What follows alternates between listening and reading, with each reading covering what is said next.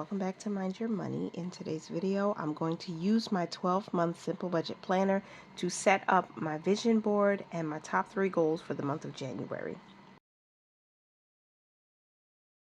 In the previous video, when I started setting up my January budget, I started with the calendar. I used these gratitude stickers from the Happy Planner. I don't use a whole lot of them, but I try to make my calendar, my vision board, my goal pages, all those things pretty to look at, but not too overwhelming, because I want to focus on what are the goals, what is the vision, what is the plan for the month, because I tend to really get overwhelmed pretty quickly, and sometimes I lose focus, lose sight of what are we trying to do with this money. We work and we earn, right? We want to live life abundantly, but we have to have some goals and some structure to putting together a budget. So I'm starting doing this step by step, and hopefully you enjoy it. And I'm probably going to do this in real time with not a whole lot of editing. So I hope that you will sit down, grab your sticker books or your highlighters, colored pencils, pen, whatever you need, and your planner, and let's get started. And this is the vision board. What I tried to do was kind of sketch out what I wanted to write so I could be focused and not get too overwhelmed with this blank page. I don't know if anyone out there is like me. If you see a blank page, some people get really inspired, and sometimes it's like really hard. What do I put here? And what do I really want to focus on? Seriously, in the month. I want to focus on hope. I want to focus on what we're saving and why we're investing and how to keep moving forward. So I kind of just took a regular number 2 pencil and I sketched this out. I'm not perfect at this, but I'm going to try to use this top ball pen. I think it writes a little thicker. Hopefully it's not running out of ink, and I will use this to just write over what I want my vision board to look like and what I want to focus on. I was listening to a worship leader, and I think she's also a pastor, on a podcast recently, where she said, you know, God's grace is sufficient. And I love that scripture. I've loved it for years when I first heard it. But it doesn't mean that your life is never under some kind of stress, or there's not some kind of strain, or there's not something that you need to work hard to do or to overcome. And so she said something to the effect, I can't quote her exactly, but something to the effect of, Jesus will give you hope. And even when life is difficult, even when there's a bill you feel like you can't pay or you're behind, even when my camera cut off and I had to restart the video. But whatever challenge, whatever the difficulty, I think her message was, ask Jesus, ask God to give you the strength and give you hope through the difficulty. And so I wrote that down because I wanted to remember that even through January, because I was doing some pre-planning of our budget. Of course, I always do it at least 30 to 45 days before the month starts. I'm already planning to see, what are we focused on? What do we want to see happen? What are we doing in our life? What special events or milestones are coming up? Whose birthdays are coming up? What time of the year is it? What do we need our money to do for us? And I start planning it out. And I said, you know, this might be a little challenging to do all of the things we really want to do with the way life is right now, inflation, and how it's, you know, it's affecting our ability to buy food because groceries are just very expensive. We had a baby in 24. So, you know, the first year is always most expensive because, of course, you not only have to buy diapers at least once every month. If you're not breastfeeding, you have to buy formula, and formula is extremely expensive. And then you have to think of the emotional toll that having a baby has on you. So that might cause you to spend or need to spend in certain areas, like extra time for therapy, or, you know, doing things or spending money to make things a little easier, more convenient for you. DoorDash became convenient for us last year, and it really was a big part of why we had so much credit card debt. It wasn't just back to school is expensive. We know that, especially with a second child entering into elementary school. this past year. We knew it was going to be expensive, but we just, I don't know, we just lost sight of things because so much was happening and so much was changing so quickly. And as I look at the debt that we had, I think we were doing great, and then we got back into it a little bit more. Why? Because we were spending so much, because we were trying to do so much and fit all of our goals into this one little box, and it just wasn't working. We overspent a lot, and I felt guilty about it. And then I started to realize I still need Jesus in the midst of this. I need to focus on the goals we do have that are most important, that will actually benefit us the most in the short term, right? And in the long term, we got to think like more than 5 years from now, like 10 years from now. We have to think about our investment goals. Saving money is smart. Investing money is wise. I just came up with that. Like I said, these are some of the things that we are doing. We're not going to forsake investing because we want to have enough money for this move when we move. We want to have this mortgage, we want to do a lot of different things. We might not be able to do it all in this year, but we can keep progressing towards it. So like, even if you're going for a certain goal, you may not hit it by the end of the year. In the beginning of 24, I was like, I'm going really hard on this 100 envelope challenge. But what happened is life happened. The summer came, last year, and I needed to get my hair braided because that was a really important thing for me, because I didn't want to be in labor. I didn't want to have a baby at home, knowing I was going to have less time for my self-care and doing my hair and whatnot. I wanted it easy because there's late nights and early mornings, and you have kids going to school still, and you have to be present for them. And it was a lot. So I said, I have to take this money out, get my hair done. It costs a lot to make sure you get the hairstyle that you need and that will last you a good while. And then prepping for the baby, like there was just a lot of money spent, and I used the 100 envelope challenge money that I had saved to put it towards some of those things too.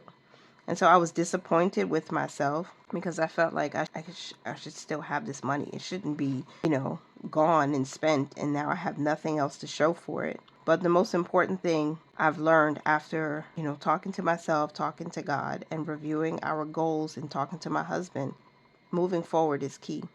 So you can acknowledge the emotions and acknowledge the wrongdoing, acknowledge the mistakes, but don't sit in it and like you're stewing in those decisions and in those mistakes and mishaps. You have to move forward. So January 25 is an opportunity for a clean slate. Every day is an opportunity for a clean slate. I know this doesn't look the most fashionable and whatnot, but it definitely is helping me. It feels a little therapeutic to be able to write this out and to look at this. I have to look at this at least once every week, at the very least. How often do you look at your budget? Like, if you write it, or you put it in your planner, or maybe if you use something digital, how often do you look at the goals that you set and whatnot? Because we get paid weekly, but I feel like even if you don't get paid weekly, even if you get paid just once a month, every week, or at least once a week, you should be looking and saying, hey, what are my goals? What did I plan? What did I write? Because I think after a while, the newness of a new budget, the newness of a new year starts to wear off if we're not dedicated to giving our eyes that visual, that vision board. These are my intentions. These are things I want to do. These are things I want to see happen. If I'm not looking at it, then it's like out of sight, out of mind.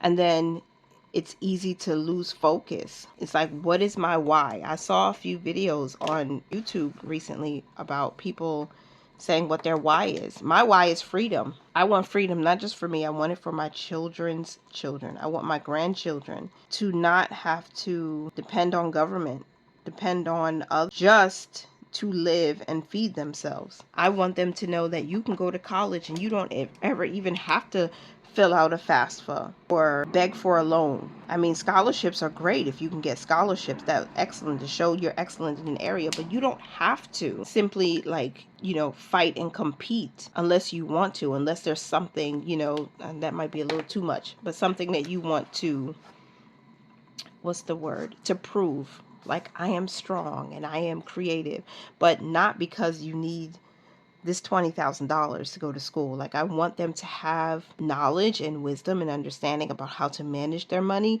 and live their lives in a way where you're not focused. The money is not your God. The money is not it's not supposed to manage you. You're supposed to manage it. And it's a resource. Like, I always say that God is my source, but he gives us resources, so that we can do the things that we need to do. Start a ministry, start a church, start a businesses, multiple businesses, feed the hungry, feed the poor, feed the disenfranchised. I don't know, serve people. But you need money for a lot of those things. And my vision board might be a little bit wonky. I don't know, but I enjoy doing this. I just feel like it's good to start the month off positive. Not that everything that happens, you're not always happy all the time or feel like everything is going the right way. You don't always do the right thing.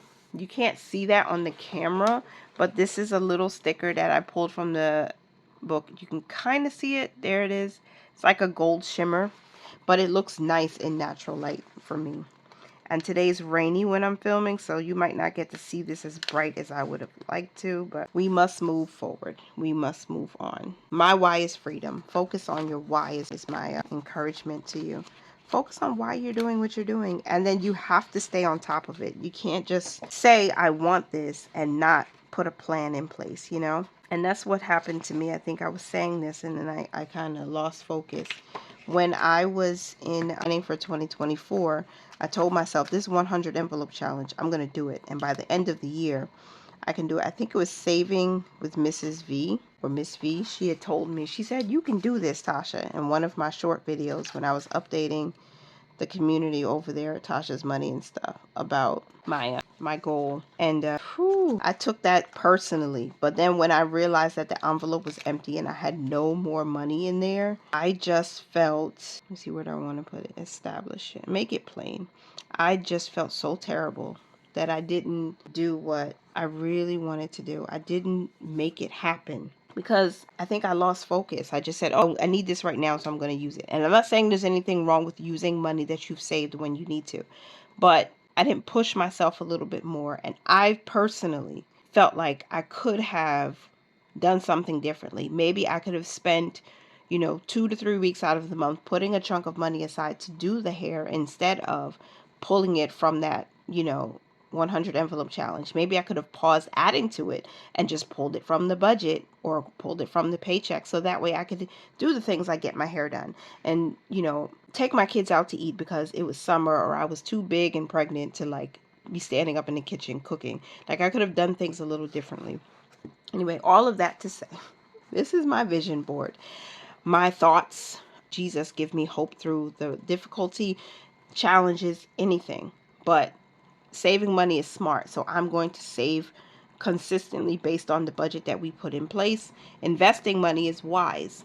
We are trying to make our grandchildren wise by making our children wise so that poverty can stop. Ownership can come back into the bloodline, into the family. And so investing money is a great way to do that. And not just for my husband and myself, but also for our children. And God is my source. He provides us resources. We have plenty of resources, so we need to use them. So that's the vision board. Oh my goodness, I bled through.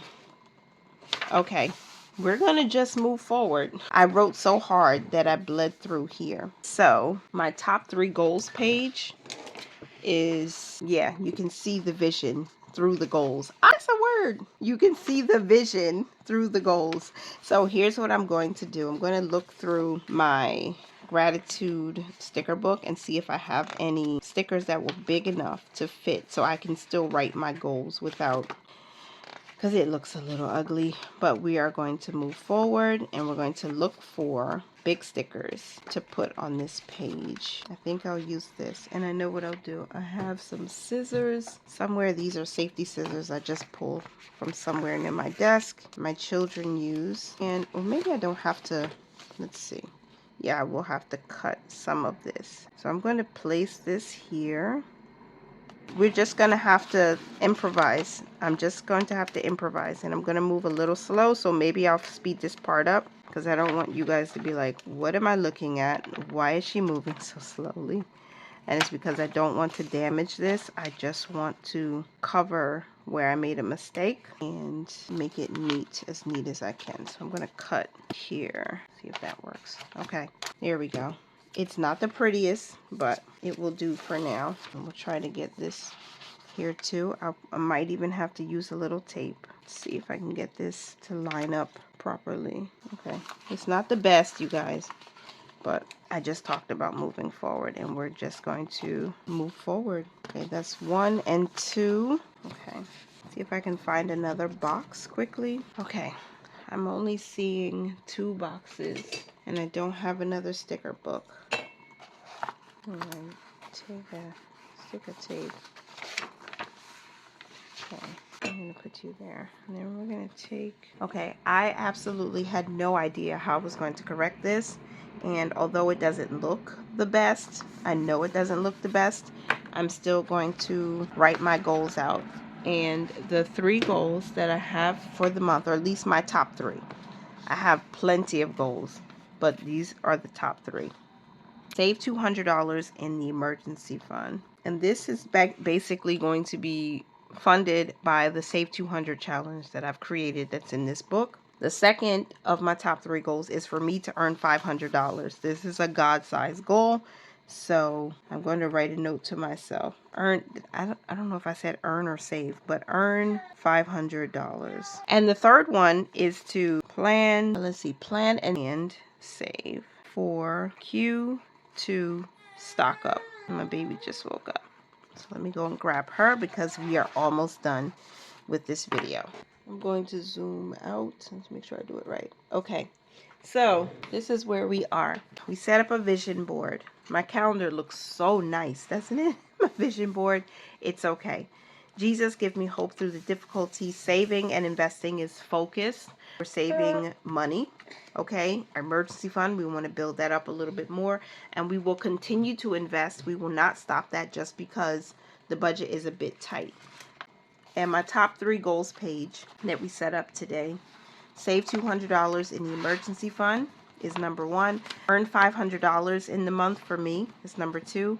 And plan and save for a Q2 stock up. I think I might use this to like add how much money we were able to save or what areas we need to stock up. And that's like for everything. I'm talking about our pantry, our toiletries, paper products, personal hygiene products. We need to do all of that, and I want to do that in quarter 2. So basically by the end of quarter 1 I need to be ready.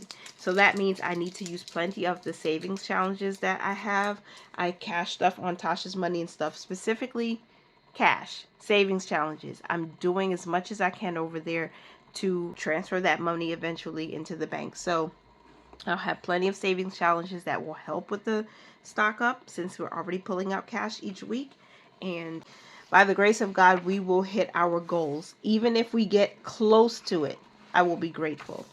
So that is it, and that is all for this video. I hope you guys did enjoy it. Thank you so much for being here for as long as you were. I hope that something I said resonated with you, something I said resonated with you, or something I said blessed you or encouraged you in some way. Don't forget to like, comment, and subscribe, and I will talk to you in the next one. Continue to mind your money, manage it well, and live your lives abundantly. I'll talk to you in the next one. Bye for now.